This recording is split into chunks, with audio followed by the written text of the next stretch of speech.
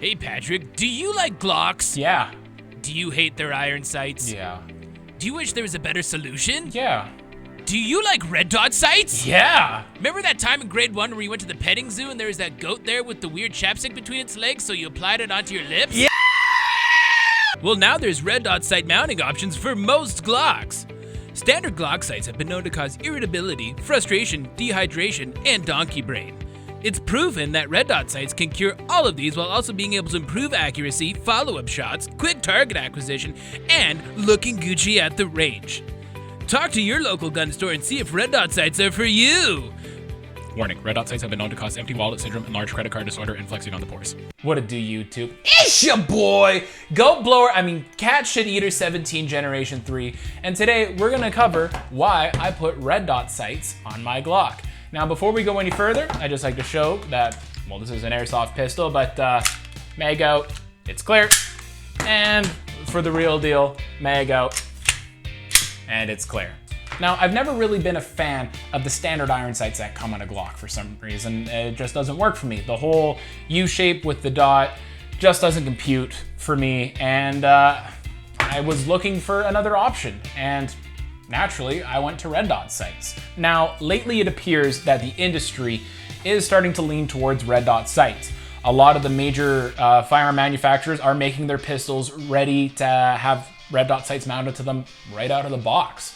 So that also reinforced me making the choice to have a red dot sight put on my Glock. Now, the great thing about red dot sights is, for me, it's easier for me to put the pistol on target, because instead of doing the whole trying to line things up, I just put the red dot on the target and I pulled the trigger. There's also some other benefits out there. With red dot sights, if you live in an area where you're able to shoot in low light, no light situations or under nods, red dot sights are almost a necessity in that situation. And if you live in a place where suppressor use is allowed, press F in the comments for us here in Canada, red dot sights are a great option for having on your pistol. Now, the red dot sight that I put onto my pistol is the Vortex Venom in 3 MOA. Now, one of the most hotly debated topics when it comes to red dot sights, especially on pistols, is 3 MOA versus 6 MOA.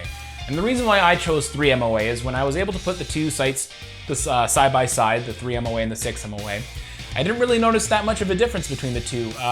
To my eye, mind you, it could be because I have astigmatism, contacts, all that fun stuff. The 6 MOA just appeared to be a little bit brighter than the 3 MOA, and it's like, okay, well, then I just turn up the brightness on the 3 MOA sight. And also, I've heard a few other arguments out there where it made sense to go down the 3 MOA road.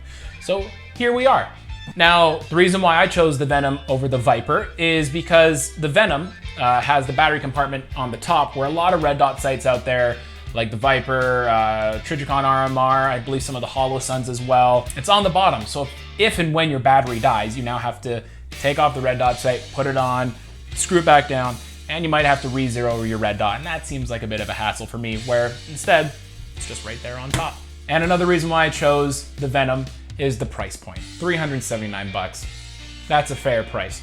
And also, with Vortex, you get one of the best warranties in the industry. So yeah, no brainer. Now, the fun thing about this whole situation is that this is a Gen 3 Glock 17, which means that out of the box, it's not ready to take a red dot sight on it, and it requires some milling, which is what had to happen.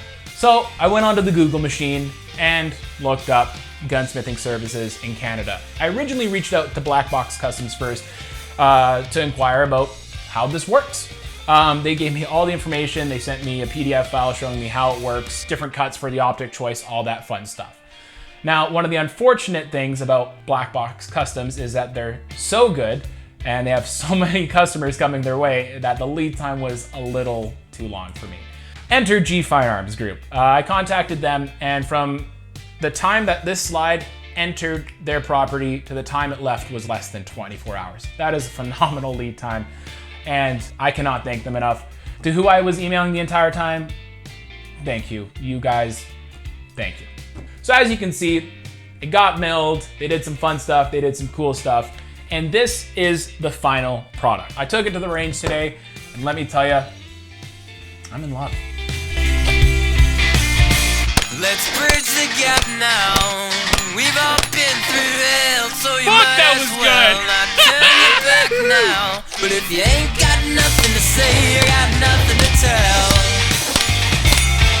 Well, I'll just move along if there's nothing to see here. And I'll pretend like it ain't nothing to me.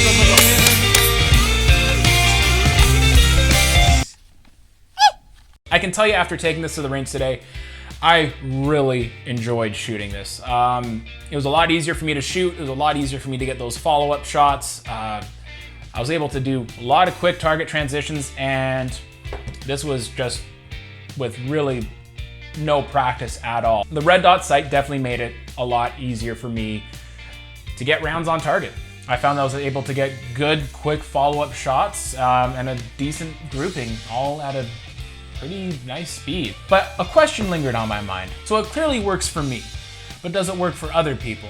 Well, luckily, I had my buddy Cody beside me at the range, and here's what he had to say about it.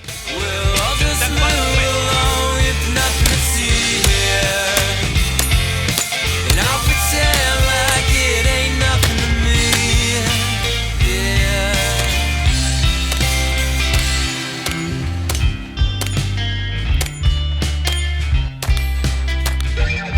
So we put a lot of rounds on steel. Now we're taking a coffee and jerky break because we've very much earned one. So Cody, first time shooting red dot sight. How do you like it? Accuracy and target acquisition is definitely something that's makes it a lot more user friendly.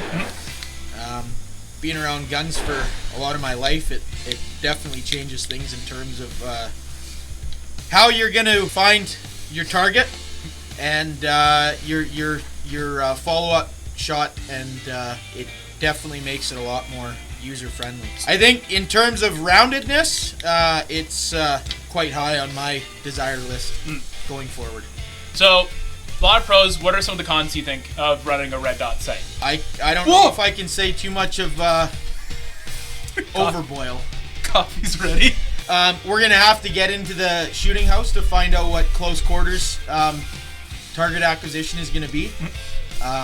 I don't feel like there's gonna be too many cons, to be quite honest with you.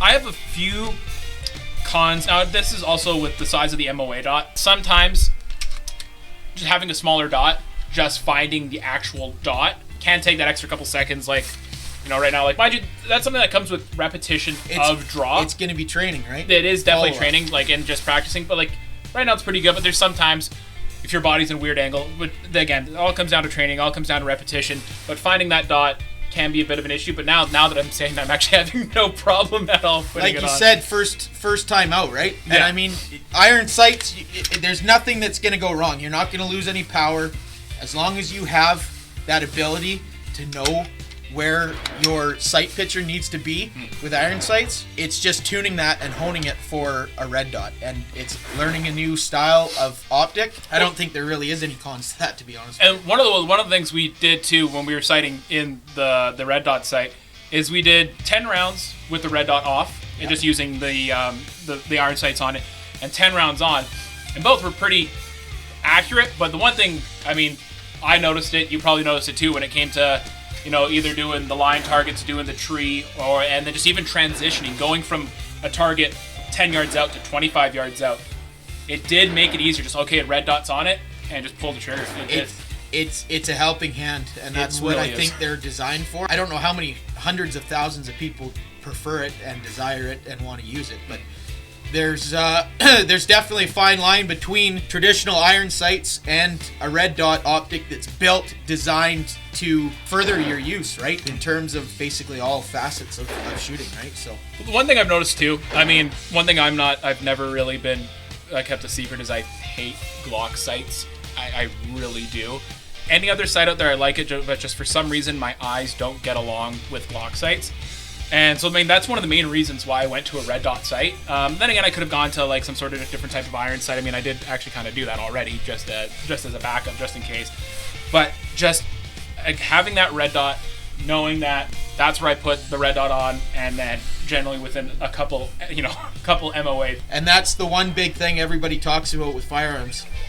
Repetition. It is not a cheap sport, and it's just going to be practice. And that is finding your area, finding what you like, and I want to say that I like red dot.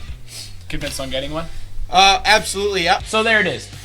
2 different people, 2 different styles of shooting, and the one thing we can agree on is that red dot sights do make it a little bit easier when it comes to shooting pistols. That's my take on having a red dot sight on my pistol. I love it, and you know, if you're at the range and you see someone with a red dot sight on their pistol, you know, see if they'll let you put a couple rounds through and see if it's for you.